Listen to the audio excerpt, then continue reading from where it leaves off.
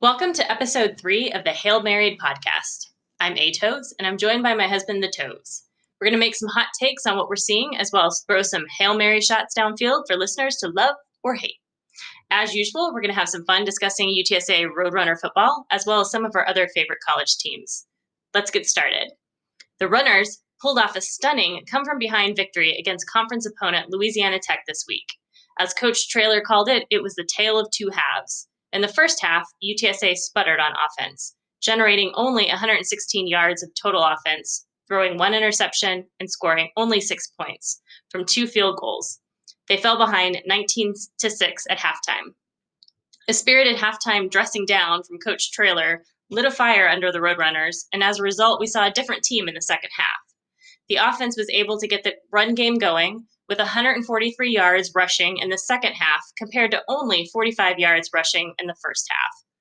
All 3 touchdowns in the second half were rushing touchdowns from sophomore Sincere McCormick, tying a school record for individual rushing touchdowns in a single game. Sadly, Duplessis' field goal streak came to an end at 23 when a fumbled hold led to the kick being blocked.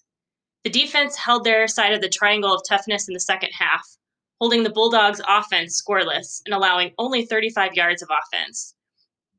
La Tech's only points in the second half came off an interception thrown by Frank Harris in the third quarter. Overall, the defense allowed 247 yards of offense, a season low, and the fewest total yards allowed since the UIW game in August of 2019. An interception by Antonio Parks in the last 2 minutes of the game sealed the victory for UTSA. Yeah, this was an odd game because there was so many timeouts at the beginning of the game that it just kind of felt like it stunted both UTSA and Louisiana Tech. So it felt like the momentum was never there. And Yeah. we were there live, so you commented on that a few times. Like this is taking forever. What's going on? What were your thoughts there? Yeah, I mean, UTSA didn't come out with the energy that we've seen from them before. I mean, really, they haven't had the same energy at the start of a game since the Texas State game. But they came out kind of flat, and then Louisiana Tech was flat, and then there were all these timeouts, and it just made the game sort of drag in that first half. And so it was sort of odd. And again, there were also moments where I felt like we'd been, transported back to 2019, where we're, having this like slugfest and a battle of field goals again. And it just didn't feel like the UTSA that we've seen recently in the first game or in the first half of the game. Yeah, I mean, and I think Coach Traylor, sort of mentioned that as much, and you referenced it when you were going over the recap. It just, I don't know, it was excruciating. I'm sure people that are watching on TV, I saw some of the tweets coming out. It seemed like it was excruciating for them as well. So, I think they did a good job in the second half of kind of cleaning things up and really, we'll kind of go into it a little bit later, but making this game, giving themselves an opportunity to win. And that's really all you can ask for, right? So, when I was looking at the offense in particular, again, just like you mentioned, it sputtered. It was they didn't look like they could get in a rhythm. Frank just kind of seemed a little off. Sincere had his moments, but it just seemed like the offensive line really wasn't able to move the defensive line. But again, Maka, I keep going back to him. He just seems to be the rock of the offensive line. I'm a little, again, concerned. I held my breath the last weekend against Army when I told you I think he went down, and I was concerned because I think that the success for the quarterbacks and the success for obviously for the other skill players comes from the fact that if they're able to be solid on the offensive line, then they can actually make some progress there. But with that, obviously Sincere was a workhorse. We saw him really getting those holes, taking those holes and going. I felt like in the first half he danced around a little bit when he got into the field, but I felt like the second half, you had mentioned it a few times when we were watching it, he made his cut and he went, and it just felt like he was much more purposeful when he got the ball and then decided where he was going to go. Yeah, definitely. kind of talk about it a little bit later on, but Sincere, came out in the second half and just looked like a different player. He said, Coach Traylor challenged him at halftime, and what was said to him really resonated because he came out and looked like a different player. He had a different level of energy, and he seemed to just be playing smarter in the second half. And whether it was him or Coach Traylor, doesn't really matter. The fact is, it was just good to see these guys just out there having some fun. Right. It looked like they were, I wouldn't say practice, but just out there with their friends back in high school, back in wherever you want to be at, just having fun playing football. And it was good to see. And it was great to see them finish that game with the win. With that, I wanted to talk a little bit about the defense as well.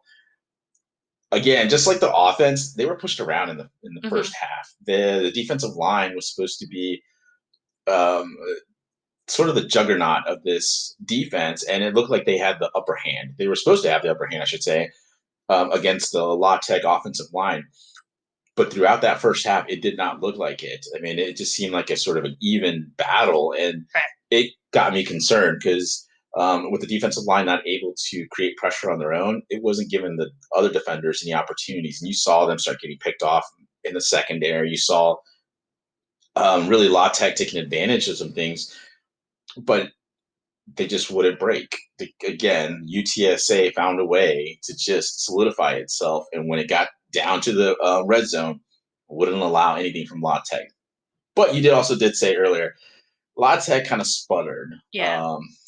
I mean, there was a lot of discussion before the game about the injuries that La Tech has had at the offensive line. So I think my impression or my belief going into the game was going to be that our defense was really going to dominate.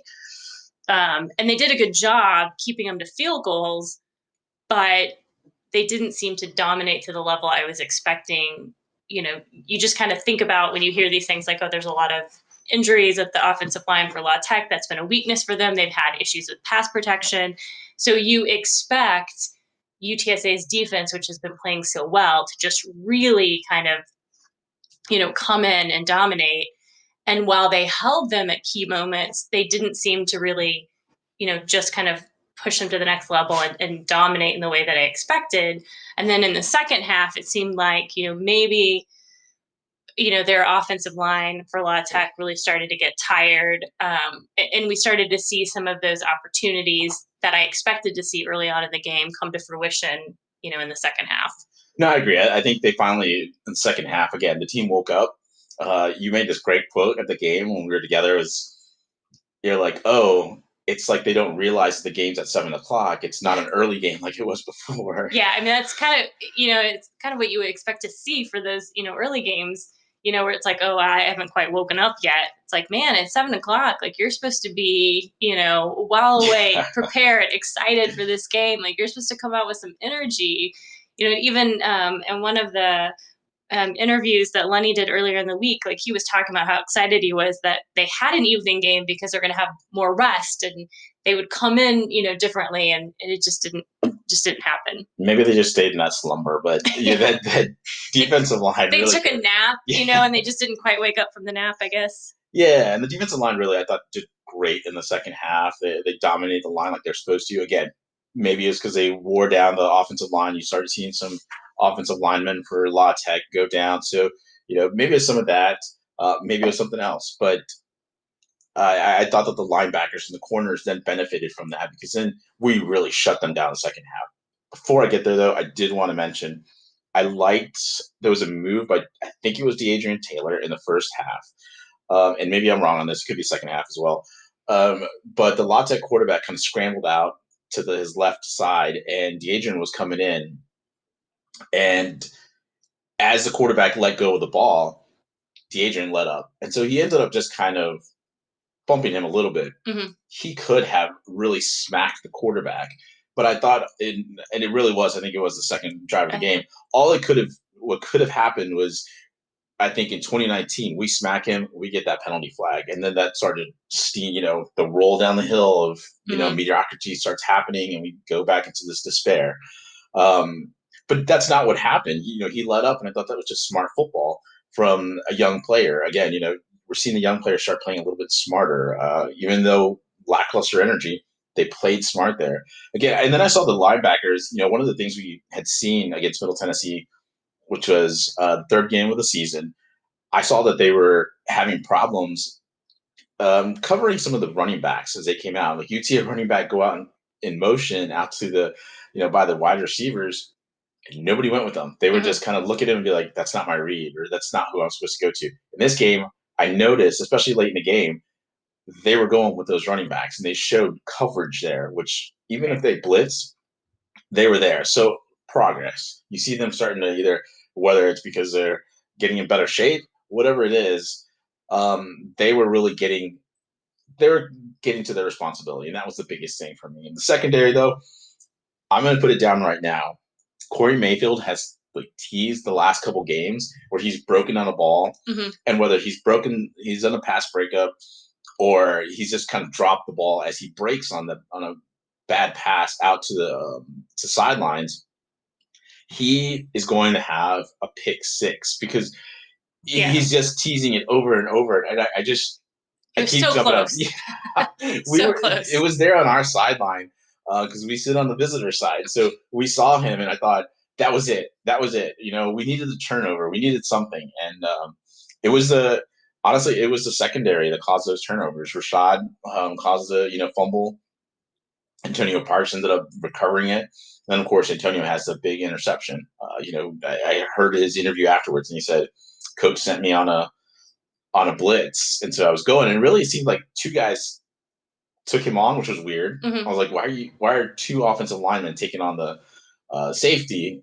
But whatever, we're not here to talk about La Tech. We're here to talk about UTSA and what they did well. And he was the right place at the right time. I mean, bobbled it a little bit, but was able to pull it in at the end. Thank God. We couldn't see it. I mean, I really thought that ball was going to fall down and I was going to go, we're gonna have to suffer through a few more downs. But what a call from I even tweeted it out. What a call from Nix, sending all he blitzed, I think 5. He sent 5 there, so you had the 3 defensive linemen. He sent 2 extra, and it looked like the potentially 2 secondary guys. They got to the quarterback, which is a new quarterback, Allen. What a tough spot. I just got to say for him, what a tough spot to have to come in late in the game and have to try to lead your team down the field for potentially game time and field goal. That was a tough spot, but you know what? We've been there before. We didn't have to. We were the ones that were actually going to have to be attacking him. So I thought that was great from the defense again. And then special teams. You mentioned Hunter's streak ending. It's disheartening. However, I will say this. We could see Dean kind of going over to, and I can't remember the special teams. Perry.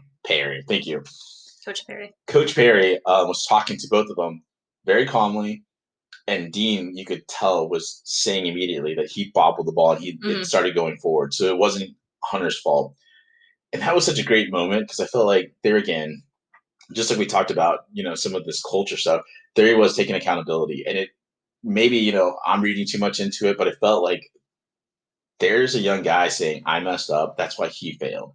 And you just haven't really seen a lot of that from, the past versions of the UTSA Roadrunner football team. And it was really good to see. And I think it's encouraging for all of us. Yeah. The other thing that I didn't notice until I watched a replay was, once that field goal was blocked, one of our linemen got the ball and was trying to, run with the ball. And obviously it was too far to, get a first down, but just to see that they were they didn't give up on the play when it was blocked, they were trying to make something out of nothing. Again, I think that really just shows a difference in the 2020 team compared to the 2019 team.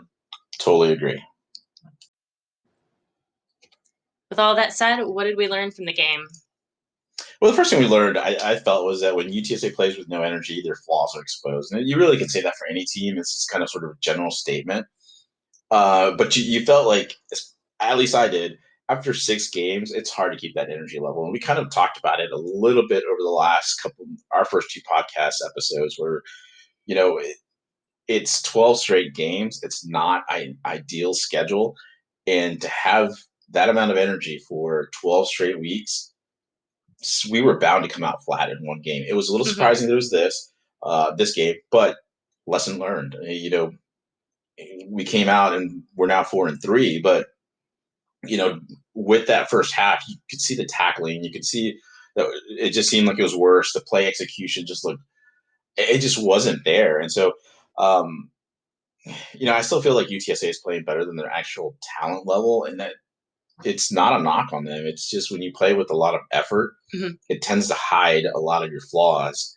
At least in my opinion, um, that otherwise would be exposed. So, I think La Tech got away with some things. You mentioned in our recap that they had about 200 yards in the first half, but then the second half there was 30 yards on the defense gave up, and it wasn't. And so I'm nerdy, and so I was listening to the game via the Ticket 760 on the iHeart Radio app, and I'm listening to it, and they said at one point UTSA has only given up 14 yards in the second half, and I just couldn't believe it. And then offense had the ball for like 12 and a half minutes in the third quarter. And it wasn't until we actually went back and kind of went through some of what we recorded the game, we realized, wow, this did happen. But it was just, like you said, a totally different team in the second half. Yeah, I mean, I think the challenge, again, for Traylor is going to be how do you get your team to start the game with that same level of energy? Because not every game are you going to be able to mount a comeback like you did. So how do we get that energy that we started the Texas State game with in all of our games going forward? Yeah, no, and that's a challenge, I think, for just about every single coach, but especially for him. You see that at least in this game, we were able to overcome that. We came out with better energy, and we were able to win the game. However, you see everybody's sort of horror when they're seeing what's taking place and they're comparing it to our previous versions of our teams, especially in the last few years, where if we didn't play with energy right away, it just snowballed. And all of a sudden, before you knew it, we were down 40-0 and game's over. Like, and our favorite thing that we like to talk about is that flag's been taken. Yeah. Come and take it, but it's already been taken. They're already doing the fourth quarter celebration for us. Like, it's just. Yeah. I felt like, again, there were times in this game where I felt like we were back in 2019 or 2018. And when we got the come and take it flag out at the fourth quarter, I was like, oh, did they already take it? Is it gone? Why are we doing this now? But I was wrong, and I'm glad that I was wrong. But again, that's, you don't ever want to put yourself in a situation where you have to play from behind. You want to have that same level of energy. You want the game to be close if you are coming from behind, because that deficit, could have been too much had the defense not played as well as they did.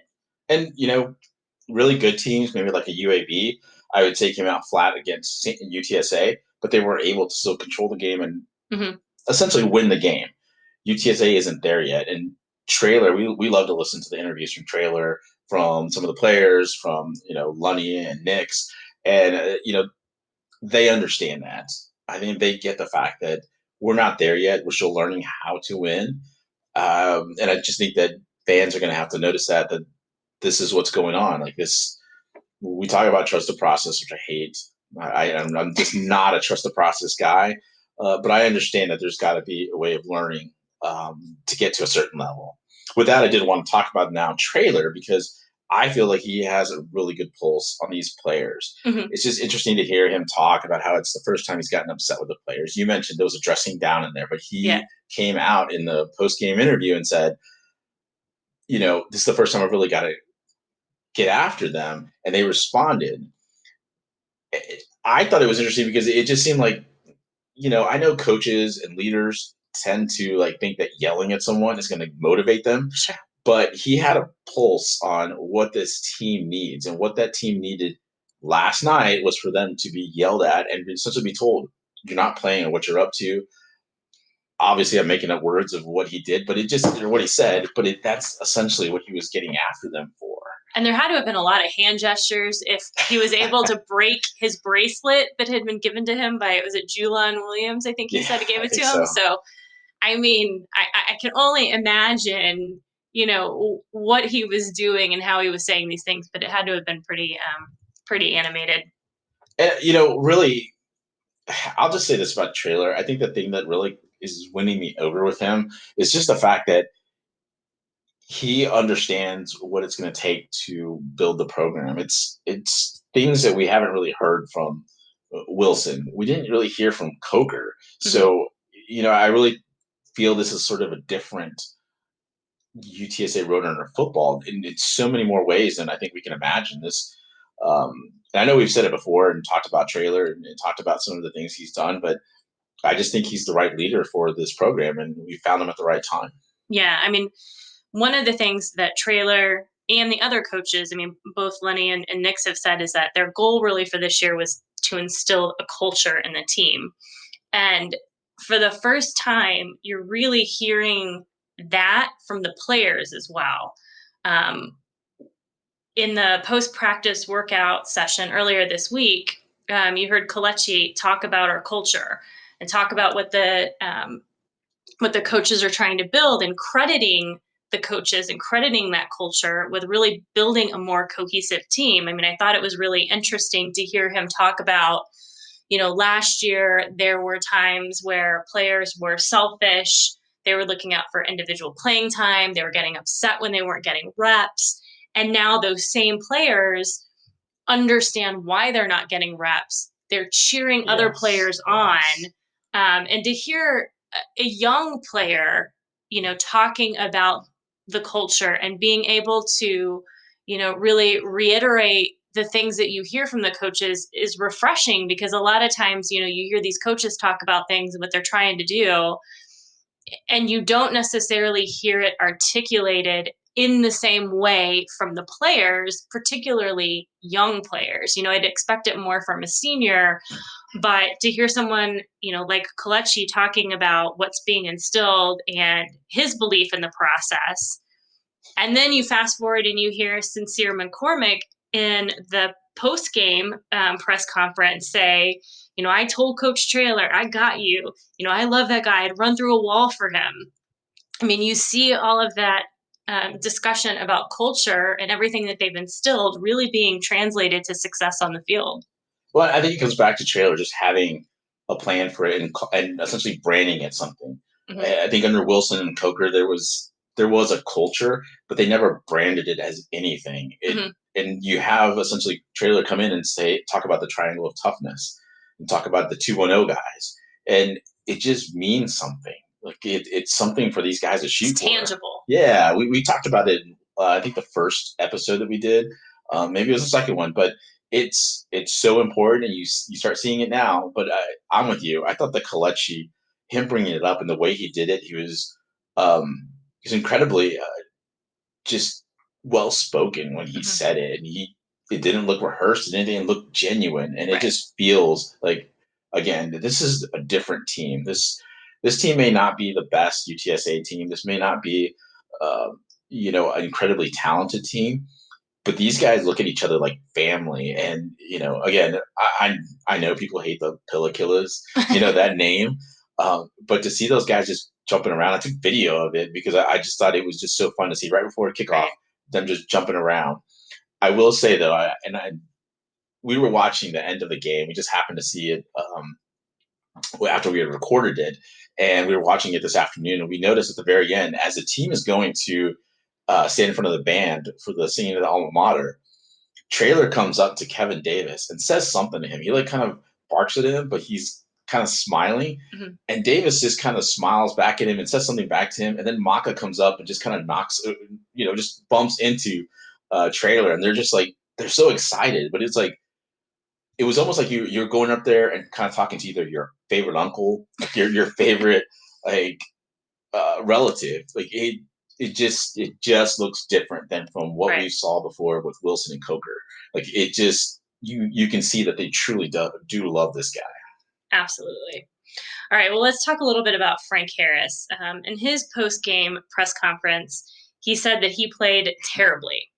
And while I think everyone can agree this certainly wasn't his best game, I wouldn't characterize his game as terrible. So what were your thoughts on Harris during this game? I've been hard on Frank, especially the first two episodes. I've been saying, I don't know if he's the right guy, and I don't know if he is really, because right now I think some of the problems or the biggest problems he's having in terms of taking hits, in terms of his passing decisions, it's something that I believe it was Sincere that said last week. Maybe he said it before that. I don't remember, but Sincere had talked about the game slowing down for him, and so now he's kind of seeing things and things are happening. It feels like the same way with Harris. We forget he hasn't played that many games, and that's why I've been hard on him because he hasn't played this deep into October since his senior year in high school. Right. And so, as mind blowing as that can be, and we forget that, and I forget that, I just see that there's just a difference when Lowell's out there and when Josh Adkins was out there. They seem to have just this calmness when they were taking the snap. They didn't seem to be like fidgety or anything. They just let the game come to them. And that was something that Lowell has progressed in from last year. He didn't do that last year, but this year, I think the reason we were seeing an improvement from him is because it had slowed down for him. Frank's not there yet. Hopefully he does. The problem is now he's a junior, so he's entering his last couple of years of his football career, at least at UTSA, and hopefully he progresses. But I still think that his best role with the team is something we talked about the first episode, which was going back to our Iowa State reference that you had, which is Kyle Kemp, kind of playing that leader role, coming off the bench if needed, but really putting someone else out there and them being the catalyst for the offense. Problem is, there's no one else right now. No, there isn't. There isn't. That was interesting too. As UTSA Twitter is hilarious. You can caught up just going, "Oh my god, I can't believe somebody actually typed that and put it out there," but they do, and that's fine. But the thought that, hey, let's just take out Frank. He's not 100%. Problem is that Frank, I don't think is ever going to be 100% unless it's the first game of the year. After that, I think every player is not going to be 100%, but Frank's not 100% is like somebody else's 90. Like, well, actually, I should say lower, probably 60% or something. You did see him struggling. You did see him, having grimacing problems on the sidelines. Yeah, and I mean, a lot of that was the offensive line. A few times, he took some sacks, but they were not needed because all he had to do was be patient. One of our friends, Lopez, kept saying, "Oh, they just keep throwing sideline passes." I'm like, well, yeah, because that's what he's comfortable with. He has problems, I think, seeing the middle of the field unless it's like his tight end, like Gavin Sharp or somebody just planting themselves within a zone and just planting themselves there. There was a few times where I saw Six Jones get behind the linebackers and Lowell tries to make that throw. Josh Adkins makes that throw. Just in that limited time that we've seen. But, he's struggling. I get it. But as long as he stays upright and we can get some of these quarterbacks to return, we at least have some depth. But, yeah, he wasn't great, but it was fine. He made the plays when we needed it. That's all that matters. Yeah. All right, let's talk real quick about Tyke. This was his first game with significant playing time. Apparently, he played a couple of snaps in the Army, but didn't have any catches. And he really had a huge game. He had 4 receptions for 96 yards. I don't really know what to say too much about Tyke, except that he has the Top Gun move, which is I'm going to hit the brakes and let him fly right by, because that was what he did over and over on the La Tech defenders, and that's how he got loose. Of course, the problem is that he stumbles afterwards and he can't keep going. Like, you just kind of hope like he could stay on his, keep his feet under him and then just take off, It was kind of like Bambi, It's like, it just got born, the little deer just born, they just kind of stumble across. It exactly was like that. And so, I mean, obviously the first time he's had a lot of playing time. So, maybe he's going to adjust after this. But I just thought it was funny that, we would see that. He kind of struggled. But you know what? He made it through. So that was terrific for him. Hopefully we see him kind of be integrated with the rest of the wide receivers. It felt like there was a little more attention his way. Maybe it's because of Frank trying to get him involved. And really, I think was more that there was a more mismatch with Tyke. That long pass, that 54-yarder that led to the second Sincere touchdown, the ball was underthrown, but he played it well because he read that it was underthrown and he came back for it. Lowell, I think, throws it out in front of Tyke, maybe overthrows him, but at the very least, it's out there for him. Frank, you could tell, just struggled to get that ball out there, whether it's he's still having problems down low, whatever. He got it out there, underthrew it, Tyke made a play. That's all that really matters. So. Well, we were talking during the game. I love Traylor's kind of goofy nicknames for guys, and so I said to you during the game, man, I wonder what Tyke's nickname was. I was kind of hoping it was going to be some crazy play off of cereal because his last name's Kellogg, but turns out his nickname is Potential. So that sort of led into Traylor kind of talking about Tyke having potential, and then he made a comment which goes back to Traylor, but wanted to make sure he mentioned it. He said, potential is what we're not. We're getting closer to being what everybody thinks we should be. And so I really thought that was a great comment from Traylor. And again, kind of goes back to our comments on, just seeing the culture and seeing what UTSA hopefully will become in the next few years under Traylor. I'm with you though. I was a little disappointed. I really felt like here was an opportunity to play off Kellogg and maybe have that cereal name, like I don't know. And we could be wrong right here, but like a little Frosted Flakes or something that like Tony the Tiger or something. Like I don't know. Yeah. So Tony. Traylor, if you're listening, you need to work on that nickname. Give him a nickname other than Potential. All right, so let's talk about who is our offensive player of the game. Again, I could just give this to Maka all the time. I think I think I might get a Maka jersey. You definitely should. Because I think in all three of these podcasts now, I've talked about my love for him. But no, it's definitely Sincere. I think Sincere is a workhorse. I think, again, he played still pretty well, I think, in the first half. But in the second half, like you said, he was a different player, and he was what we needed at the time. He carried us, and I know that seems like a play on words, but he got us to where we needed to be. So. Yeah, he scored all three of our touchdowns, so absolutely. He was just an absolute workhorse, and I don't know that there's much more you can say about him. That just everybody just loves Sincere, and like I told you before, there's just this quietness about him where he's just goes, gets the job done, and then it's almost like he shrugs it off. Last night they talked about, hey, did you know that you had touched the ball like 30? You tied the UTSA career record of 37 carries or something like that. And he's like, no, I didn't. I had no idea. Mm-hmm. It was like, again, I would just say it's something that Traylor would probably retweet and say #selfless. Right. So yeah, I think he's definitely the player of the game for offense. All right, on the defensive side, who is your player of the game? The defensive side, I got to tell you, I was having problems trying to come up with somebody because I felt like the defenses overall played well. You could make a case for Rashad, but I really felt it was Antonio Parks. And the reason I really felt that way is because he's had such great progress from me thinking, man, this guy just cannot be on the field. He is really going to cost this defense at bad moments. But here he is getting that, game-winning interception. So, kudos Antonio. I think he's played well. He's had a hand in both of those turnovers. I don't know that there's a lot to say more about him, but I will say I hope he continues to progress, because if he does, this UTSA defense is just going to look outstanding.